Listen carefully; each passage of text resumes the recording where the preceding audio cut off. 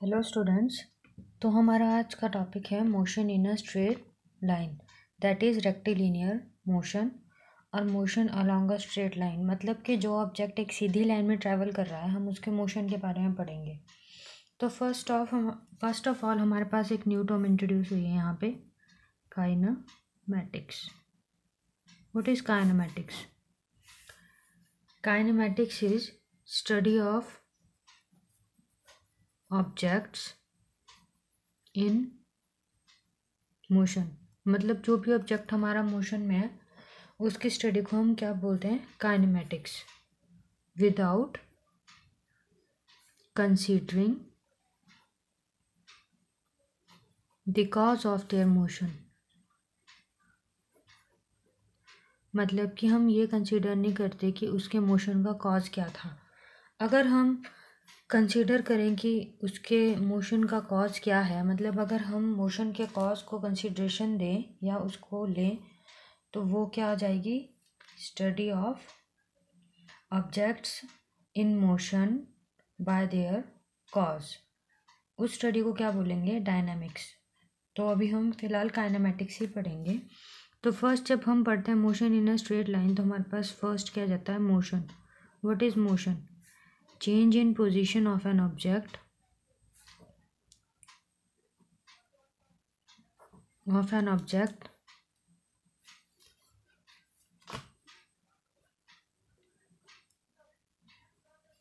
With time. अब तक हमने ये पढ़ा है विद टाइम। अब हम पढ़ेंगे एंड विद रेफरेंस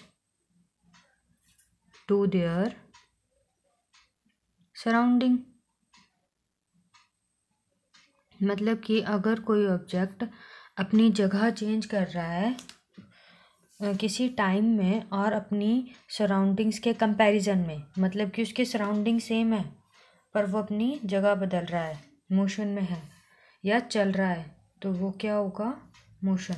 ठीक है। Change in position with time with respect to their surrounding. ठीक है। अब पोजीशन क्या होती है? मैंने बोल तो दिया वो पोजीशन चेंज कर रहा है। पोजीशन क्या होती है? Place of an object in space. किसी ऑब्जेक्ट की एक पर्टिकुलर स्पेस में क्या जगह है? स्पेस मतलब खाली जगह। किसी ऑब्जेक्ट की एक खाली जगह में क्या लोकेशन है? ठीक है। वो वहाँ पे कहाँ सिचुएट कर रहा है, कहाँ पे खड़ा है उस खाली स्पेस में, उसे क्या बोलेंगे? पोजीशन। उसे क्या बोलेंगे? पोजीशन। एक ऑब्जेक्ट एक खाली स्पेस में कहाँ पे खड़ा है उस पर्टिकुलर पॉइंट को क्या बोलेंगे? पोजीशन। उसे आप कैसे स्पेसिफाई करेंगे स्पेस में? एक कोऑर्डिनेट सिस्टम है एक्स वाई और जेड से। अब देखो, एक्स वाई और जेड से पोजीशन स्पेसिफाई होगी। मतलब अगर सिर्फ एक कोऑर्डिनेट चेंज होगा तो हमारे पास, अगर सिर्फ एक्स चेंज हुआ तो क्या होगा? One dimensional motion. इसका एग्जाम्पल है हमारे पास motion in a straight line, मतलब रेक्टिलिनियर मोशन। अगर सिर्फ एक्स एक्सिस के अलोंग ही ऑब्जेक्ट ट्रैवल कर रहा है तो वो क्या हुआ? One dimensional. अगर एक्स और वाई दोनों चेंज हो रहे हैं तो वो क्या होगा आपके पास? Two dimensional. टू डायमेंशनल का मतलब है कि वहाँ पे दो चीज़ें चेंज होंगी, दो कोऑर्डिनेट चेंज होंगे। वो अलोंग एक्स एक्सिस भी ट्रैवल करेगा, अलोंग वाई एक्सिस भी। इसका एग्जांपल है हमारे पास सर्कुलर मोशन। मतलब कि जब आपका ऑब्जेक्ट एक सर्कुलर ट्रैक में होगा तो वो किसके अंडर होगा? एक सर्कुलर मोशन। तो वो क्या है हमारे पास? टू डायमेंशनल मोशन उस वक्त। और अगर आपके तीनों कोऑर्डिनेट चेंज हो रहे हैं एक्स वाई और जेड, तो ये क्या हुआ आपके पास? Three dimensional motion. ठीक है। इसमें प्रोजेक्टाइल्स होते हैं बेसिकली, इसमें हम कॉज भी कंसिडर करते हैं, तो ये डायनामिक्स के अंदर आ जाता है। काइनेमैटिक्स में हम बेसिकली टू ही पढ़ते हैं, एक्स वाई। ठीक है। तो अब हमारे पास नेक्स्ट आ जाता है frame of reference.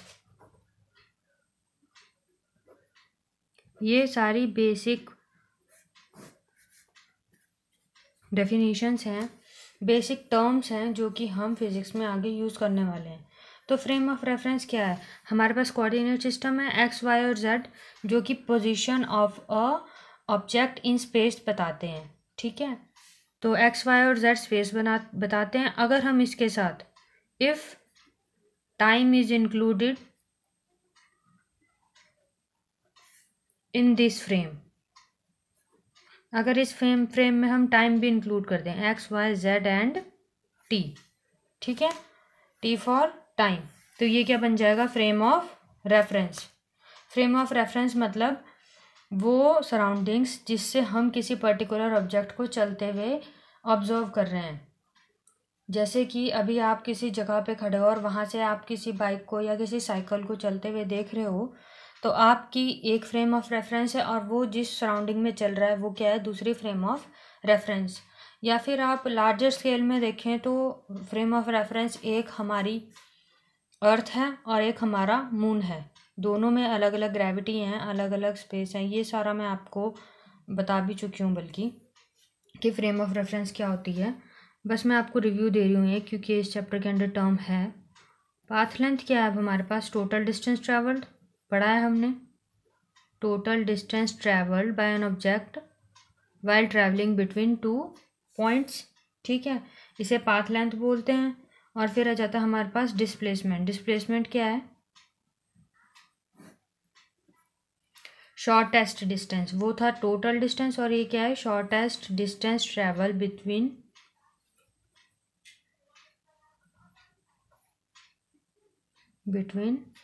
Starting and and points of a path. ठीक है, किसी रास्ते के, पाथ रास्ता, सिंपल सा मीनिंग है, पाथ रास्ता, किसी रास्ते के स्टार्टिंग और एंड पॉइंट में जो शॉर्टेस्ट डिस्टेंस है वो क्या है? आपका डिस्प्लेसमेंट।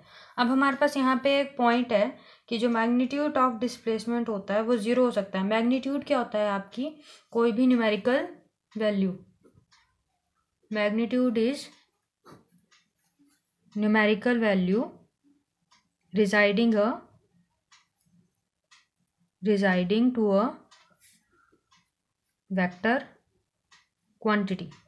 ठीक है, किसी वेक्टर क्वांटिटी की, वेक्टर क्वांटिटी क्या होती है? जिसकी एक पर्टिकुलर डायरेक्शन होती है, मतलब कि जो अपने आप में एक डायरेक्शन को भी इंक्लूड करता है फैक्टर को।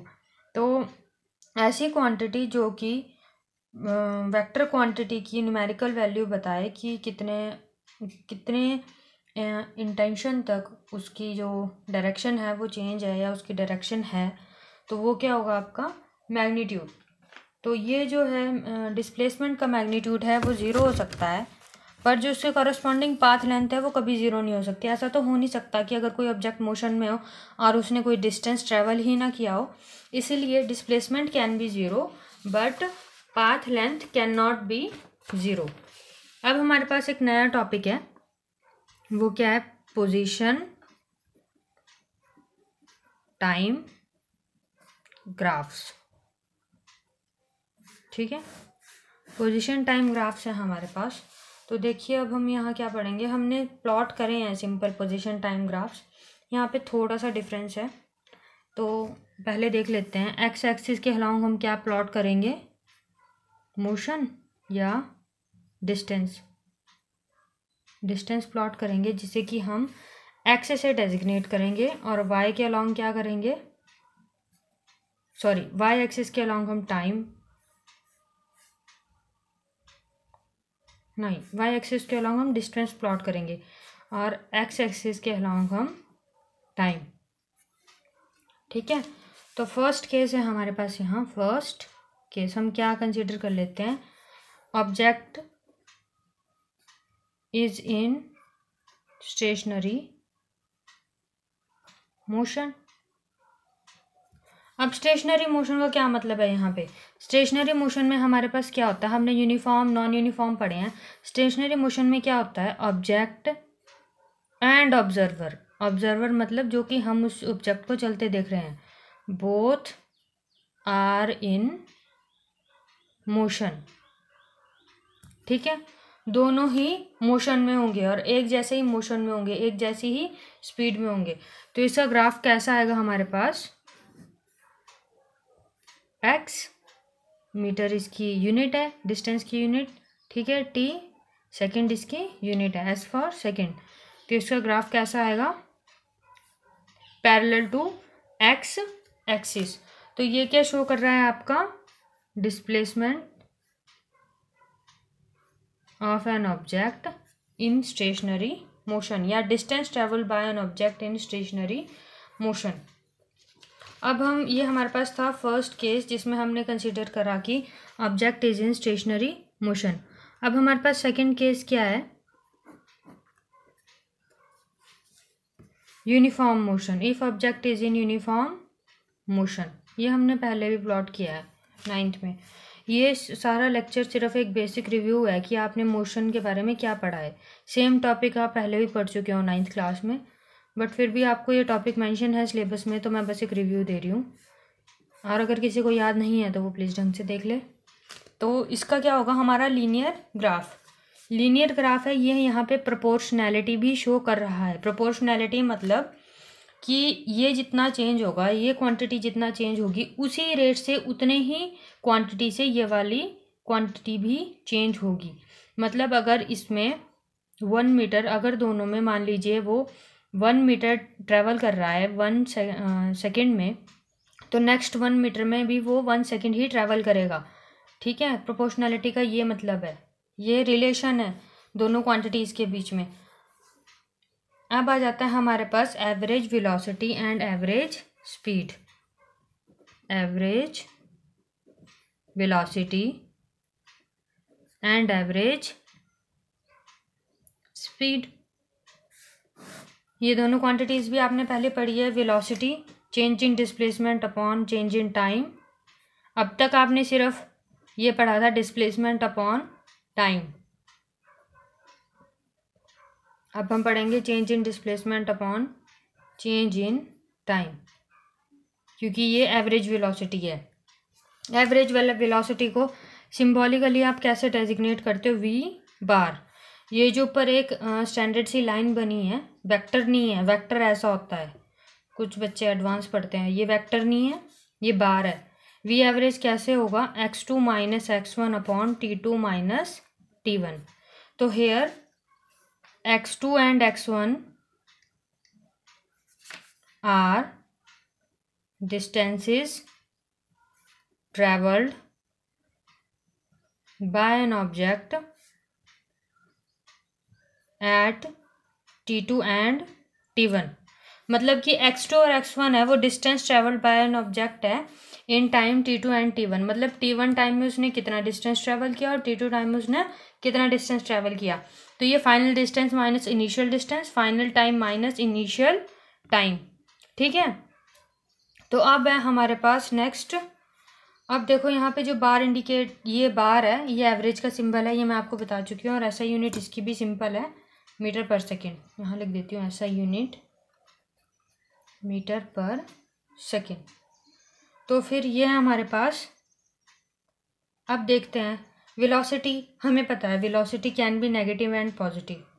Velocity can be positive and negative. Direction है ना इसकी, देखो एक ऑब्जेक्ट है, मूव कर रहा है एक स्ट्रेट पाथ के अलॉन्ग, ठीक है, ए बी पाथ ये है ना उसका। अगर वो इसी तरफ मूव करते करते मूव कर रहा है, इसी तरफ मूव कर रहा है, तो जो वो वेलोसिटी पोजेस कर रहा है वो क्या होगी, पॉजिटिव। बट अगर वो वापस आ रहा है तो जो पाथ का डायरेक्शन है वो ये है ना, ठीक है। तो जो वापस आ रहा है तो उसकी वेलोसिटी क्या लेंगे हम, नेगेटिव। या फिर आप ये नेगेटिव वेलोसिटी का एक एग्जांपल ब्रेक्स भी ले सकते हो। ब्रेक मारते हो ना जो आप, वो क्या है, नेगेटिव वेलोसिटी। ठीक है, तो अब हम देख लेते हैं पोजीशन टाइम ग्राफ। अभी हम पोजीशन टाइम ग्राफ पढ़ रहे थे ना, तो पोजीशन टाइम ग्राफ कैसे होंगे पॉजिटिव वेलोसिटी के लिए। पोजीशन टाइम ग्राफ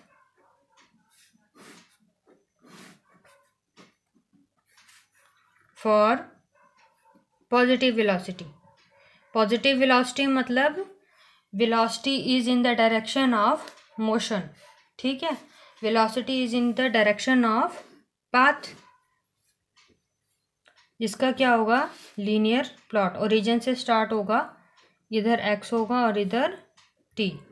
ठीक है, अब हमारे पास आ जाता है नेक्स्ट नेगेटिव वेलोसिटी।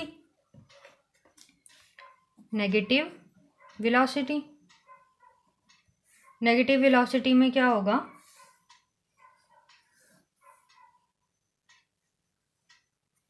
रिटार्ड होगा। रिटार्ड मतलब रुकेगा, एक अपोज मिलेगा उसे, ठीक है।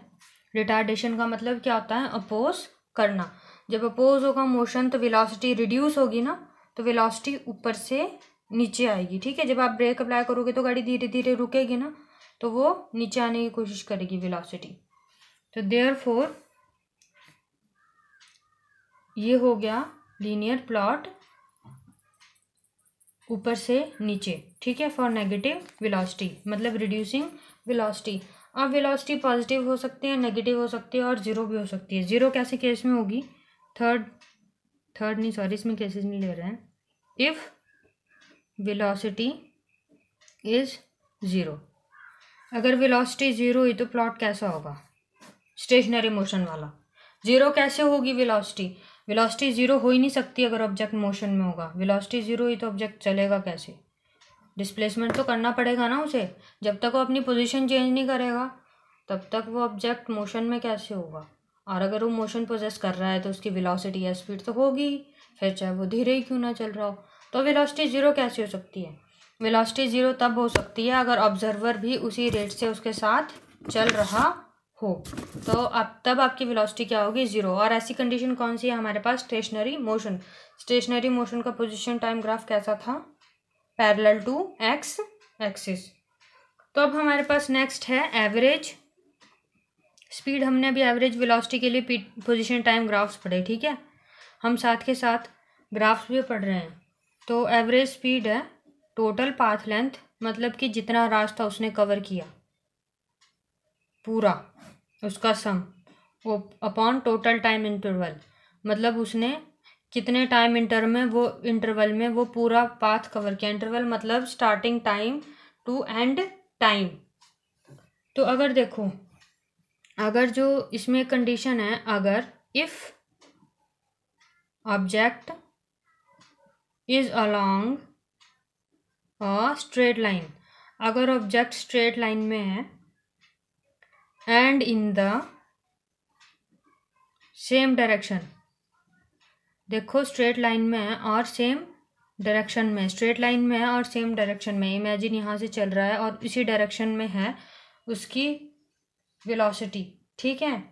तो जो उसका मैग्नीट्यूड ऑफ डिस्प्लेसमेंट में है, जो मैग्नीट्यूड ऑफ डिस्प्लेसमेंट है, magnitude of displacement is equal to distance travelled, इस कंडीशन में, ठीक है। सीधी लाइन में चल रहा है, सेम डायरेक्शन है, आप बोल सकते हो स्टेशनरी। कंडीशन क्या है मोशन की, स्टेशनरी मोशन।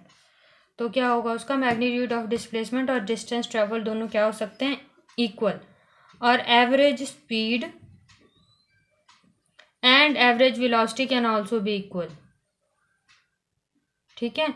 ये दोनों चीज़ें इक्वल हो सकती हैं इस कंडीशन में।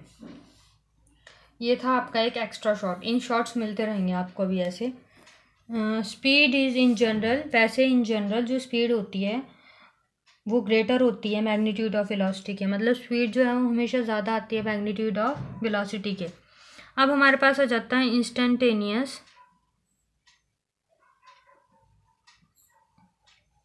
वेलोसिटी। इंस्टेंटेनियस वेलोसिटी का क्या मतलब है हमारे पास यहाँ, इंस्टेंटली मतलब उसी समय, टाइम के उसी पॉइंट पे। इंस्टेंटली मतलब अगर आपके पास 1 सेकेंड है तो उसी 1 सेकेंड में इमीडिएटली। तो ये इंस्टेंटेनियस वेलोसिटी एंड स्पीड दोनों इकट्ठे कंसीडर कर लेते हैं हम। एंड स्पीड हमें क्या बताती है कि हाउ फास्ट इज ऑब्जेक्ट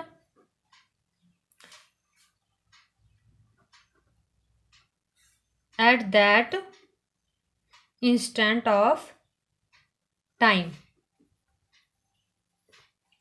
ये बहुत ही फ्रीक्वेंट चेंज बताती है। फ्रीक्वेंट मतलब बहुत ही जल्दी। जैसे कि आपके पास, आपने अपने पेरेंट्स की बाइक्स में या फिर जिनके पास कार्स है या जिनके पास स्कूटर्स, उसमें देखा होगा आपने, स्पीड की सुई एकदम आगे पीछे होती है ना जब आप उसे ऑन करने की कोशिश करते हैं। तो वो क्या हुआ आपके पास, इंस्टेंटेनियस वेलोसिटी। अब हमारे पास है, हम इसे रिप्रेजेंट कैसे करते हैं, नॉर्मल v के सिंबल से इसे रिप्रेजेंट करते हैं। इसे लिमिटिंग वैल्यू ऑफ t भी बोलते हैं, limiting value of velocity. Limiting value of velocity इसलिए बोलते हैं क्योंकि जो इसमें टाइम की लिमिट है वो 0 से कम ही रहती है। जैसे del X upon del T tends to 0, मतलब जो टाइम है वो हमेशा 0 होने की कोशिश करता है। टाइम की वैल्यूज हमेशा 4 स्केल्स ऑफ डेसिमल्स में रहती है, बहुत छोटी होती है। ठीक है, न्यूमेरिकली आप इसे dx/dt, अभी आप पढ़ोगे डिफरेंशियल फॉर्म में हमारी dx/dt की फॉर्म में, मैथ्स में पढ़ोगे dx/dt की फॉर्म में इसे आप लिखते हो। ये क्या बताता है, rate of change of position of an object at that instant. क्या बताता है, rate of change of position of object at that instant. Simple, ये बताता है आपको इंस्टेंटेनियस वेलोसिटी। अब नेक्स्ट है हमारे पास इंस्टेंटेनियस स्पीड। स्पीड भी कंसिडर किया था ना हमने, तो इंस्टेंटेनियस आई लिख देती हूँ मैं यहाँ, इंस्टेंटेनियस स्पीड ये जनरल स्पीड होती है। ठीक है, इसको आप सिंपल लिख सकते हो magnitude of speed, simple distance upon time से ही आएगा। अब हमारे पास नेक्स्ट है एवरेज एक्सेलरेशन। ठीक है, एवरेज एक्सेलरेशन को हम कैसे रिप्रेजेंट करेंगे, v2 minus v1 change in velocities upon change in time.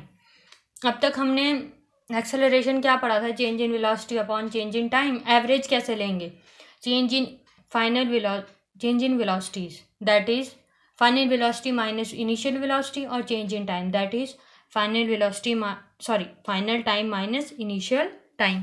Final time को हम 2 से डेजिग्नेट करेंगे, इनिशियल को हम 1 से। ठीक है, del v upon del T. Now यहाँ डेल क्या है, ट्रायंगुलर साइन है डेल, जो कि बहुत ही स्मॉल चेंज को डेजिग्नेट करता है। स्मॉल चेंज मतलब ये चेंज आपका पॉइंट्स में होगा, ऐसा नहीं होगा बड़े फिगर्स में होगा, सिर्फ पॉइंट्स में होगा, सिग्निफिकेंट फिगर्स में नहीं होगा, 0.0 समथिंग होगा। तो जो v1 एंड v2 है यहाँ पे, वैसे मैंने आपको बता दिया velocities eight t1 and t2। ऐसा यूनिट याद होगी आपको एक्सेलरेशन की, मीटर पर second square.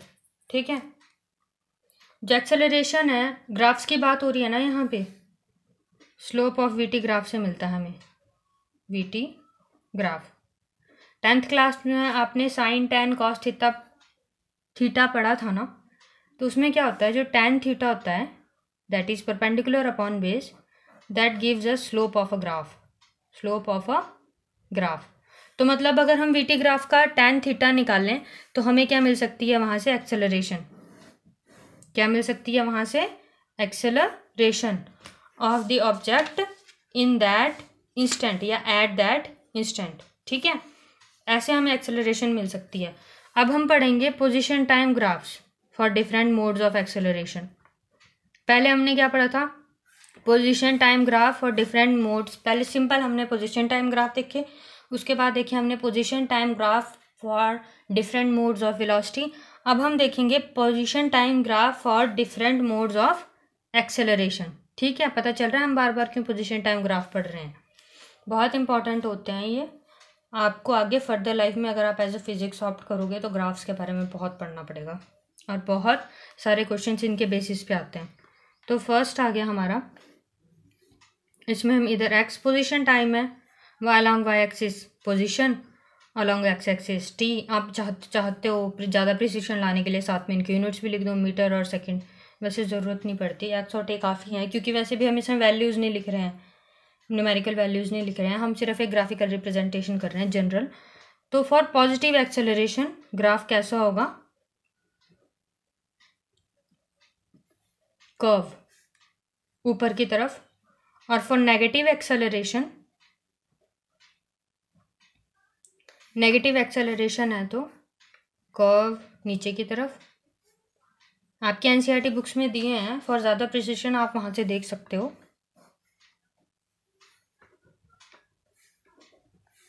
For zero acceleration. Zero acceleration का मतलब है, देखो वो जिस वेलोसिटी से चल रहा है उसी वेलोसिटी, लीनियर है बिल्कुल सीधा, उसी वेलोसिटी से चलेगा, मतलब यूनिफॉर्मली और कॉन्स्टेंटली उसी रेट से चलता रहेगा।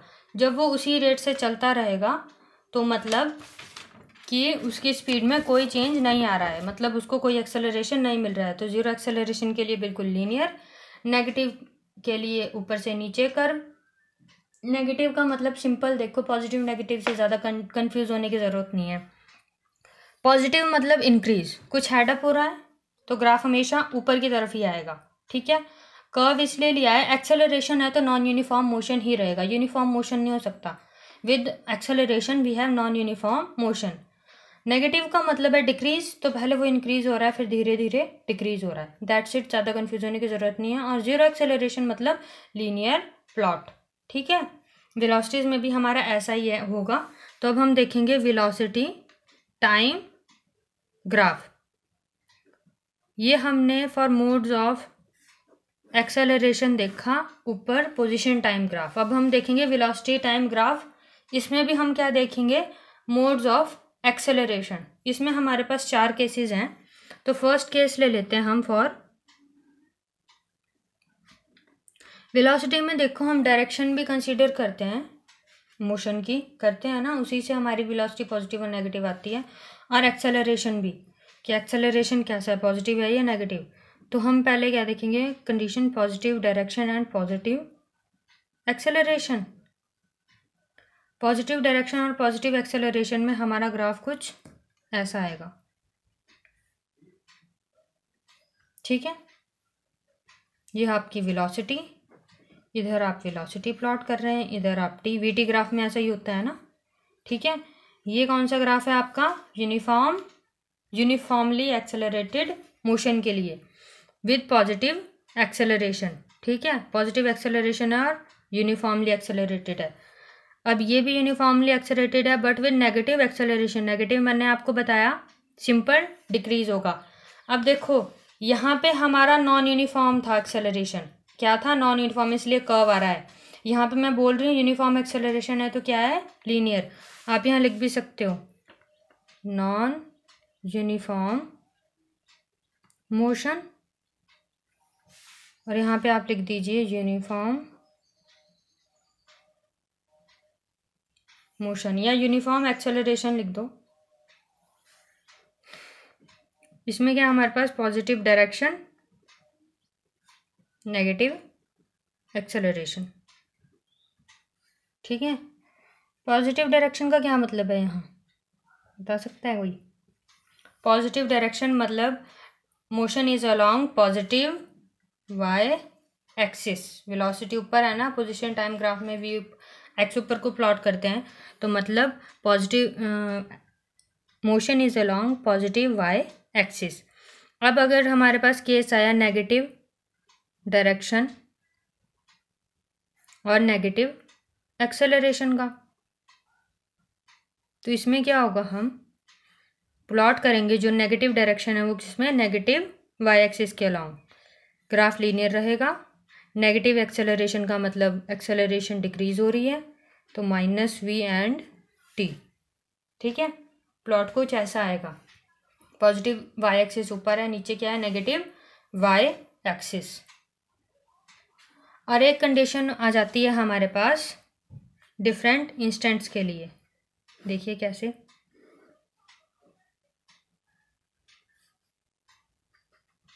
Minus we not T1 T2। इसमें देखिए क्या हो रहा है, वी नॉट से ऑब्जेक्ट स्टार्ट हो रहा है विद नेगेटिव एक्सेलरेशन, ठीक है, अप टू T2, ठीक है। कहाँ से स्टार्ट हो रहा है, T नॉट से, ओरिजिन से स्टार्ट हो रहा है ना, ओरिजिन के कॉरेस्पॉन्डिंग T नॉट से स्टार्ट हो रहा है, फ्रॉम 0 टू T2। कहाँ से, क्या है, नेगेटिव एक्सेलरेशन, पॉजिटिव एक्सेलरेशन, और डायरेक्शन क्या है, डायरेक्शन क्या है, नेगेटिव। उधर नेगेटिव एक्सेलरेशन है तो डायरेक्शन क्या है, पॉजिटिव डायरेक्शन। इधर डायरेक्शन क्या है, नेगेटिव, फ्रॉम T1 टू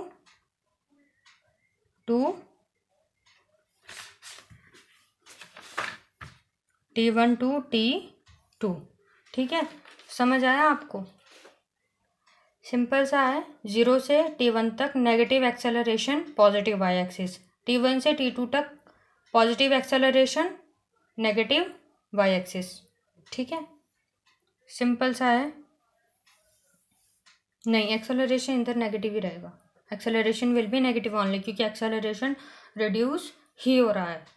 तो ये थे हमारे position time graph, velocity time graph for different modes of acceleration and velocities.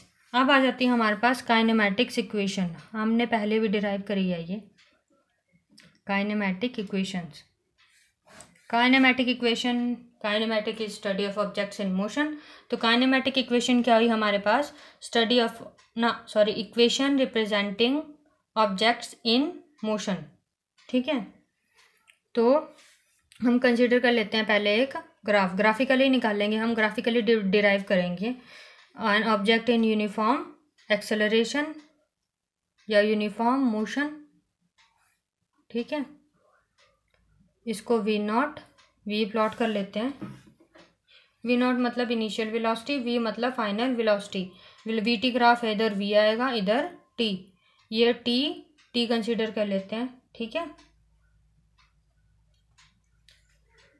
तो लिखो consider an object is in uniform motion. ठीक है, पॉइंट्स कंसीडर कर देते हैं OABCD। ठीक है, OABCD। तो यूनिफॉर्म मोशन में है, तो हमारे पास एक्सेलरेशन का, वैसे हम चाहें तो इसमें एक्सेलरेशन भी निकाल सकते हैं। कैसे? स्लोप ऑफ ग्राफ देखते हैं पहले हम। हियर स्लोप ऑफ ग्राफ क्या बताया था मैंने आपको? tan theta is equal to perpendicular upon base, perpendicular upon base बताया था ना। परपेंडिकुलर क्या है? इन ट्राइंगल ABC, ट्राइंगल कौन सी हमारे पास? ABC। परपेंडिकुलर क्या है? BC। अब देखो ये कैसे निकालेंगे, ये टोटल V है ना हमारे पास, इसके इक्वल है ना। यहाँ से यहाँ तक का डिस्टेंस क्या है? V। 0 से यहाँ तक का क्या है? V0 है। ठीक है, V0 नॉट बोलते हैं जैसे, V0 है। तो ये रिमेनिंग डिस्टेंस क्या हुआ? V minus V0। कंसिडर कर सकते हैं ना हम इसे, कंसिडर क्या है ये। ठीक है, तो परपेंडिकुलर कितना लेंगे हम? tan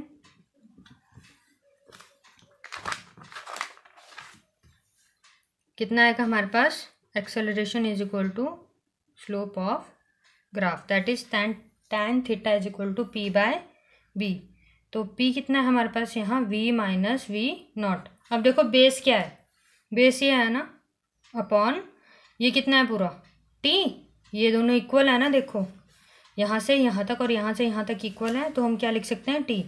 तो A is equal to V minus V0 upon T। ठीक है, ये आ गया हमारे पास एक्सेलरेशन। Put it equation 1। ठीक है, ये भी इक्वेशन नहीं आई हमारे पास मोशन की। ठीक है, अब देखो हमने क्या पढ़ा है? Now area under VT graph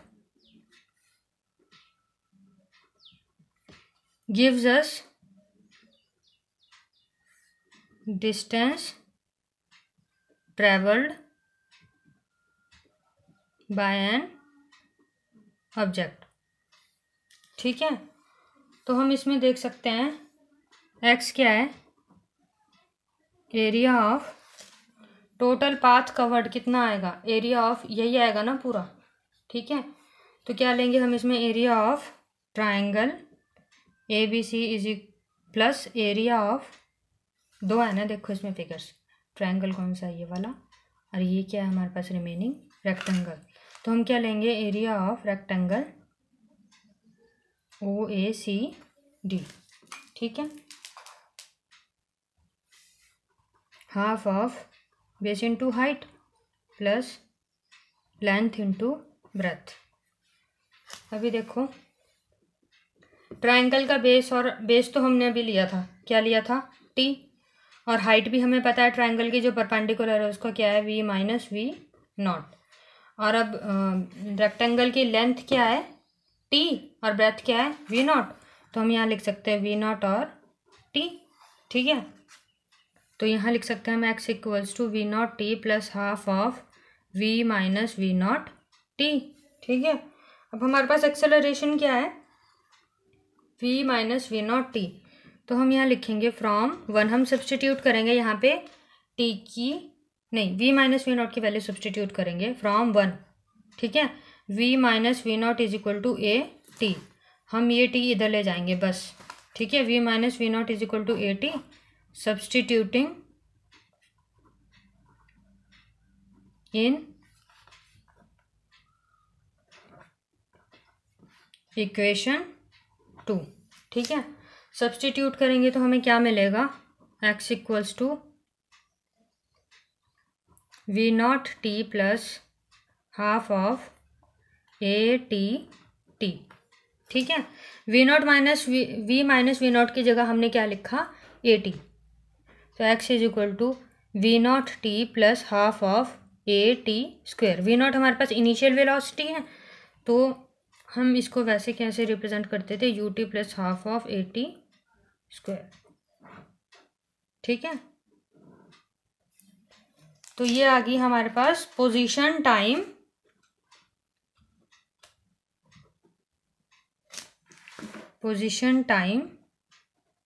relation. ठीक है, ये आ गया हमारे पास फर्स्ट रिलेशन। अब देखो ये फर्स्ट इक्वेशन क्या हमारे पास याद रखना, a equals to v minus we naught upon t. तो यहीं से हम शुरू करते हैं फ्रॉम इक्वेशन 1, ये हम सेकेंड इक्वेशन निकाल रहे हैं। ठीक है, a is equal to v minus we naught upon t, a t इधर ले जाते हैं, वी माइनस वी नॉट, तो v इक्वल्स टू ये इधर प्लस में चला जाएगा, v naught plus a t. We naught initial velocity है, u plus a t, v is equal to u plus a t. ये क्या आ गया हमारे पास, velocity time relation, second equation of kinematics. ठीक है, अब आ जाती है हमारी थर्ड इक्वेशन। अब देखो हमने यहाँ पे इक्वेशन सेकेंड पुट करी थी ना एक, x equals to V naught T plus half of v minus we naught T. ठीक है, अब देखो हम इसको कैसे लिख सकते हैं,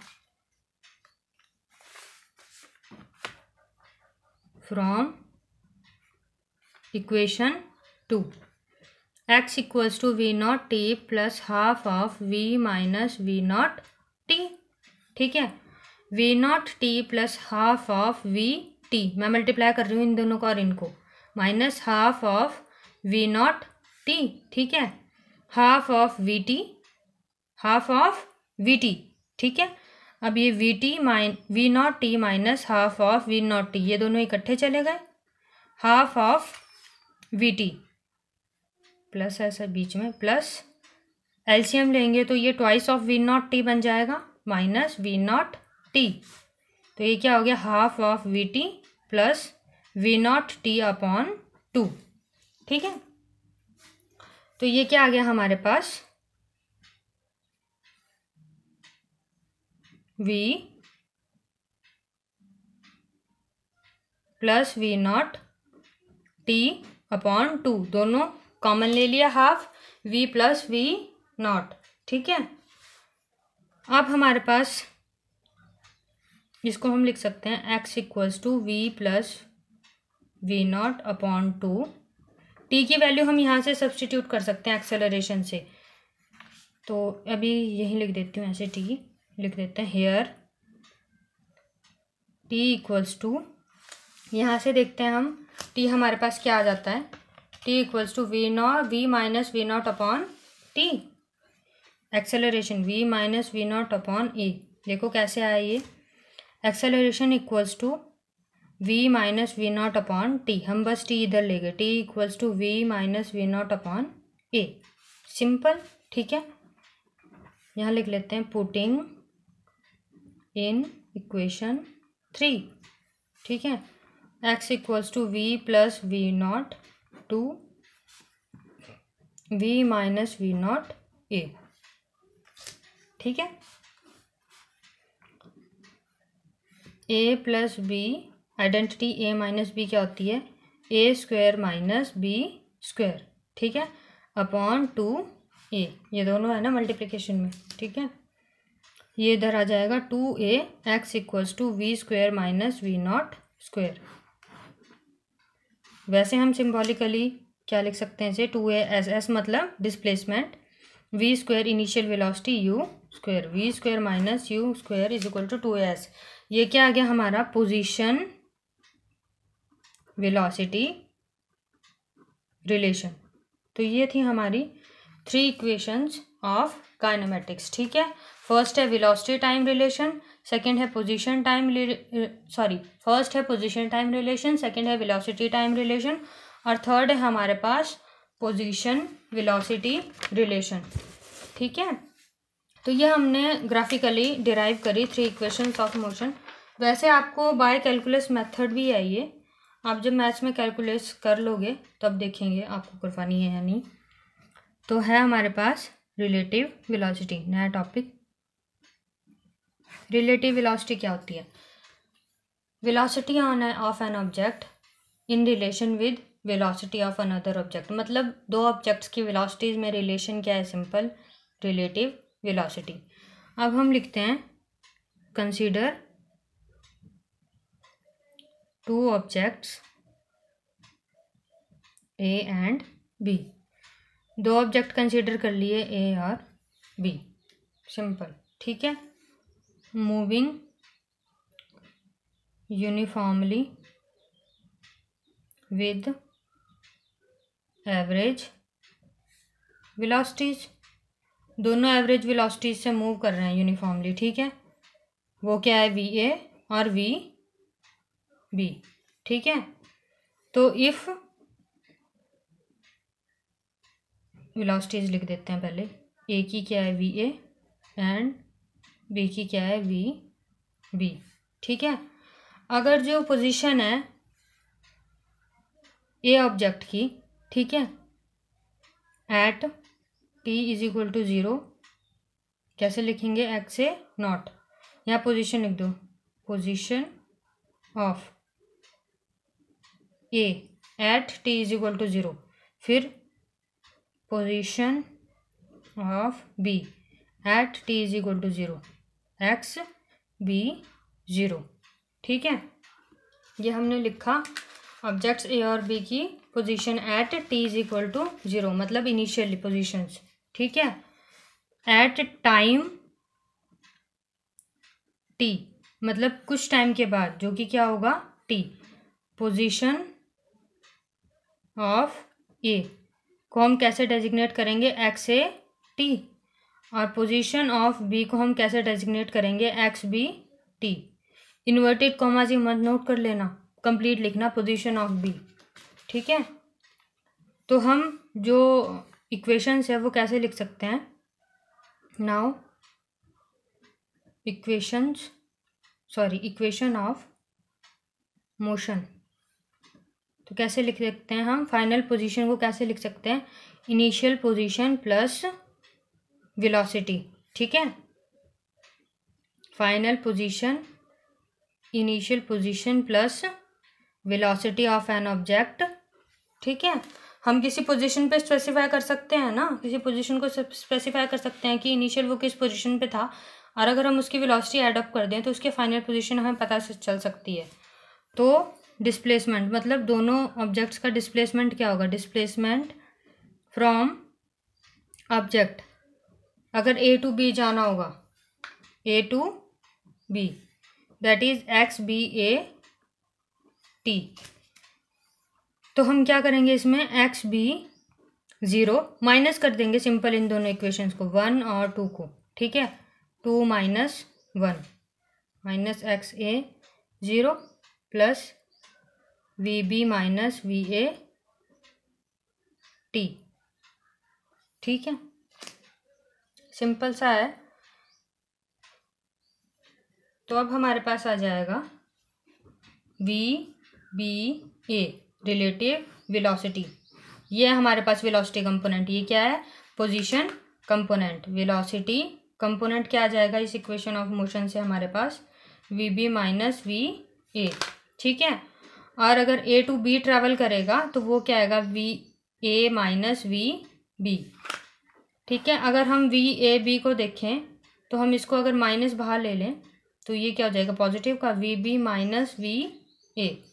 therefore V B A is equal to minus of V A B. ठीक है, V B equals to V A, यहाँ पे हम वी ए बी लिखेंगे तो दोनों एक दूसरे के नेगेटिव होंगे, या फिर आप ऐसे लिख सकते हो v A b is equal to minus of v B a. ठीक है, ये क्या आ गया आपके पास, रिलेशन बिटवीन रिलेटिव वेलोसिटीज। वैसे रिलेटिव वेलोसिटी को आप वी ए बी से डेजिग्नेट करोगे, velocity of a with respect to b, velocity of b with respect to ए।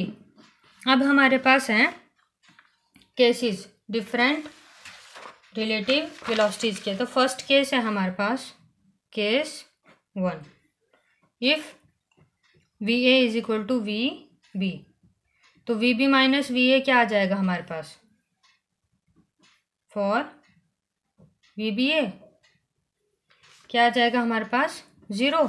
उसका ग्राफ कुछ ऐसा होगा, दोनों ऑब्जेक्ट्स पैरेलल ट्रैवल करेंगे।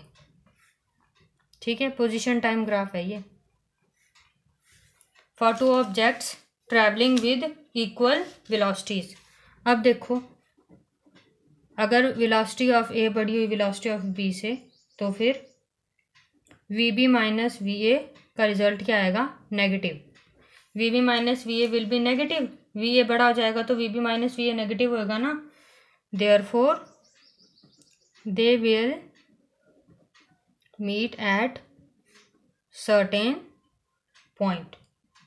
ठीक है, वो सर्टेन टाइम आएगा कुछ टाइम के बाद जहाँ पे वो दोनों ऑब्जेक्ट्स मीट करेंगे।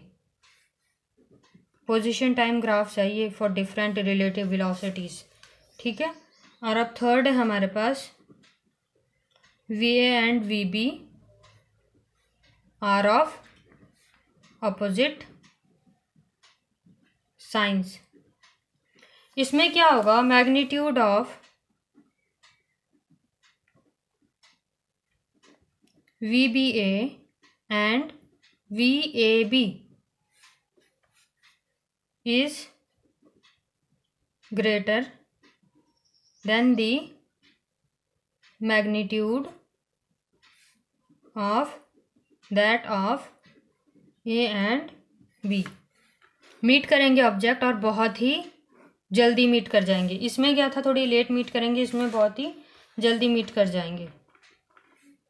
ठीक है, मतलब कि वी बी ए और वी ए बी का जो वेलोसिटीज है ना, वो इंडिविजुअली वी ए और वी बी से कम होंगी। ठीक है, relative velocities will be lesser than the individual velocities of the objects. तो this was about the motion of an object in straight line. हमने थोड़े बहुत बेसिक पॉइंट्स पढ़े, रिलेटिव वेलोसिटी फाइंड आउट करी, position time v t graphs करे, और अगली बार हम पढ़ेंगे motion in a plane. So thank you, this is all for today.